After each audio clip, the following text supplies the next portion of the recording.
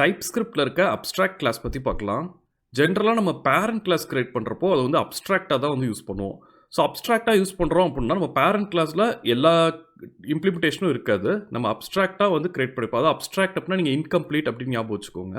So parent class வந்து இன்கம்ப்ளீட்டாக தான் இருக்கும். சைல்ட் கிளாஸில் தான் கம்ப்ளீட் இம்ப்ளிமெண்டேஷன் இருக்கும். ஸோ அந்த பர்பஸ்க்காக நம்ம எப்பயுமே அப்ஸ்ட்ராக்ட் தான் வந்து யூஸ் பண்ணுவோம். ஸோ இங்கே நான் மார்க் பண்ணிக்கிறேன். அப்ஸ்ட்ராக்ட் கிளாஸ் அப்படின்னா இன்கம்ப்ளீட் கிளாஸ் அப்படின்னு ஞாபகம் வச்சுக்கோங்க. ஸோ நான் இங்கே இன்கம்ப்ளீட் கிளாஸ் அப்படின்னு கொடுத்துருக்கேன். ஸோ இப்போ ஒரு அப்ஸ்ட்ராக்ட் கிளாஸ் வந்து கிரியேட் பண்ணலாம். ஸோ நான் கிளாஸ் பர்சன் அப்படின்னு வச்சுக்கலாம்.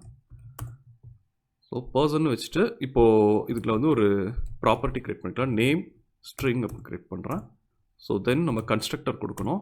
ஸோ கன்ஸ்ட்ரக்டரில் நேம் பெராம் நேம் என்ன வேணால் இருக்கலாம். ஸோ நான் இப்போ நேம்னே வச்சுருக்கேன். So this dot name is equal to name. இப்போது நான் வந்து ஒரு அப்ஸ்ட்ராக்ட் ஃபங்க்ஷன் வந்து கிரியேட் பண்ண போகிறேன். ஸோ நம்ம அப்ஸ்ட்ராக்ட் ஃபங்க்ஷன் கிரியேட் பண்ண போகிறோம் அப்படின்னா அப்ஸ்ட்ராக்ட் அப்படின்ற ஒரு கீவேர்டு வந்து கொடுப்போம். ஸோ எப்போ நம்ம ஒரு ஃபங்க்ஷனை வந்து அப்ஸ்ட்ராக்டாக வைக்கிறோமோ அப்போ அந்த கிளாஸையும் வந்து அப்ஸ்ட்ராக்ட் அப்படின்னு மார்க் பண்ணணும். ஸோ நான் இங்கேயும் வந்து கீவேர்டு ஆட் பண்ணிக்கிறேன். கிளாஸ்க்கு முன்னாடியும் அப்ஸ்ட்ராக்ட்ன்ற கீவேர்டு ஆட் பண்ணிக்கிறேன். ஸோ இதில் வந்து நான் அப்ஸ்ட்ராக்ட் பிரிண்ட் அப்படின்ற ஒரு ஃபங்க்ஷன் வந்து கிரியேட் பண்ணுறேன். இந்த பிரிண்ட் ஃபங்க்ஷன் வந்து இப்போ அப்ஸ்ட்ராக்டாக தான் இருக்க போகுது. அப்ஸ்ட்ராக்டாக இருக்குன்னா நம்ம கம்ப்ளீட்டாக இம்ப்ளிமெண்டேஷன் கொடுத்துருக்க மாட்டோம். ஜஸ்ட் ஃபங்க்ஷன் சிக்னேச்சர் மட்டும் கொடுத்துருப்போம். ஃபங்க்ஷன் சிக்னேச்சர் பற்றி நம்ம ஆல்ரெடி ஃபங்க்ஷன்ஸ் பண்ணும்போது பார்த்தோம்ல. ஸோ அதே மாதிரி தான் இங்கே நமக்கு வந்து சிக்னேச்சர் மட்டும் தான் தேவை. ஸோ இப்போது இதான் வந்து ஃபங்க்ஷன் சிக்னேச்சர். இப்போ அது வந்து கொடுத்துருக்கோம். ஸோ இப்போ இதுபடி என்ன சொல்கிறோம் அப்படின்னா இங்கே வந்து எந்த பேராம்ஸும் கிடையாது பிரிண்ட் ஃபங்க்ஷனுக்கு. நம்ம ரிட்டர்ன்லேயும் எதுவும் ரிட்டர்ன் பண்ண போகிறது கிடையாது. ஏன்னா நம்ம பிரிண்ட்டில் வந்து ஒரு கன்சோல் லாக் தான் வந்து ஆட் பண்ண போகிறோம்.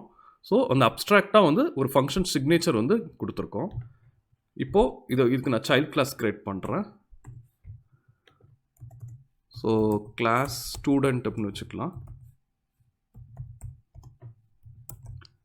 எக்ஸ்டென்ஸ் பர்சன் கொடுக்குறேன். ஓகே. ஸோ பார்த்தீங்கன்னா நான் இங்கே கொடுத்தோடனே நமக்கு வந்து ஒரு எரர் வருதுல. பார்த்தீங்கன்னா நான் abstract class student does not implement inherited abstract member print அப்படின்னு வருதுல. ஸோ வந்து நம்ம அப்ஸ்ட்ராக்ட்னு மார்க் பண்ணிட்டாலே அது வந்து கண்டிப்பாக வந்து இம்ப்ளிமெண்ட் பண்ணணும் சைல்ட் கிளாஸில். ஸோ நான் இங்கே பிரிண்ட் கொடுக்குறேன்.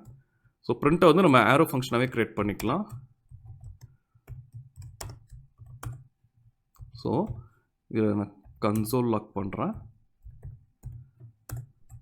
ஸோ இதில் என்ன பண்ண போகிறோம்னா நேம் மட்டும் தான் பிரிண்ட் பண்ண போகிறோம். Sorry. So this dot name அப்படின்னு கொடுக்குறேன். ஓகே. ஸோ இப்போ பார்த்தீங்கன்னா நம்ம அப்ஸ்ட்ராக்ட் கிளாஸில் இதுதான் நம்ம பேரண்ட் கிளாஸ். பேரண்ட் கிளாஸில் இங்கே இது மட்டும்தான் அப்ஸ்ட்ராக்டாக இருக்குது. நம்ம பிரிண்ட்ன்ற ஃபங்க்ஷன் மட்டும்தான் அப்ஸ்ட்ராக்டாக இருக்குது. அந்த அப்ஸ்ட்ராக்ட் கிளாஸை வந்து எக்ஸ்டெண்ட் பண்ணுறோம் அப்படின்னா கண்டிப்பாக வந்து அந்த பிரிண்ட் இம்ப்ளிமெண்ட் பண்ணணும். ஸோ இப்போ அதை வந்து இம்ப்ளிமெண்ட் பண்ணியிருக்கோம். இப்போ நான் ஆப்ஜெக்ட் கிரியேட் பண்ணுறேன். லெட் ஸ்டூடெண்ட் ஆப்ஜெக்ட் கொடுத்துக்கிறேன். ஸோ நியூ ஸ்டூடெண்ட் நம்ம நேம் வந்து பாஸ் பண்ணணும். நான் நேம் வந்து ஜான் அப்படின்னு பாஸ் பண்ணுறேன். ஓகே. ஸோ இப்போ நம்ம நார்மலாக எப்படி ஆக்சஸ் பண்ணுவோமோ அதே மாதிரி தான் student object dot. Okay. So நம்ம ஜான் பிரிண்ட் பண்ணியிருக்கோம். ஸோ இப்போ அப்ஸ்ட்ராக்ட் கிளாஸ் கிரியேட் பண்ணிவிட்டு அதில் ஒரு ஃபங்க்ஷனை மட்டும் அப்ஸ்ட்ராக்டாக வச்சுருக்கோம்.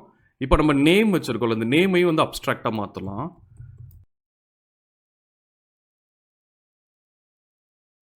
ப்ராப்பர்ட்டி நேம் ப்ராப்பர்ட்டியை அப்ஸ்ட்ராக்டாக மாற்றிட்டோம் அப்படின்னா நமக்கு வந்து கன்ஸ்ட்ரக்டர் வந்து தேவையில்லை. ஏன்னா இங்கே பார்த்தீங்கன்னா abstract property name in class person cannot be accessed in the constructor அப்படின்னு வருதுல்ல. ஏன்னா அப்ஸ்ட்ராக்ட் ப்ராப்பர்ட்டி நம்ம இனிஷியலைஸ் பண்ணணும் அப்படின்னு தேவையில்லை. ஸோ கன்ஸ்ட்ரக்டர் வந்து ரிமூவ் பண்ணிடுறேன். இப்போ பர்சன் அப்படின்னு ஒரு அப்ஸ்ட்ராக்ட் கிளாஸ் கிரியேட் பண்ணியிருக்கோம். அதில் பார்த்தீங்கன்னா நேமும் அப்ஸ்ட்ராக்ட் தான், அதில் இருக்க ஃபங்க்ஷன் பிரிண்ட்டும் வந்து அப்ஸ்ட்ராக்ட் தான். ஓகே. ஸோ இப்போ நம்ம பிரிண்ட் வந்து ஆல்ரெடி இம்ப்ளிமெண்ட் பண்ணியிருக்கோம். இப்போ இதில் ஹவர் பண்ண நான் abstract class student does not implement inherited abstract member name அப்படின்னு வருது. ஸோ இப்போ நம்ம நேம் வந்து இம்ப்ளிமெண்ட் பண்ணணும். ஸோ நேம் ஸ்ட்ரிங் அப்படின்னு கொடுத்துக்கிறேன். இப்போ இங்கே வந்து நம்ம கன்ஸ்ட்ரக்டர் வந்து ஆட் பண்ணணும்.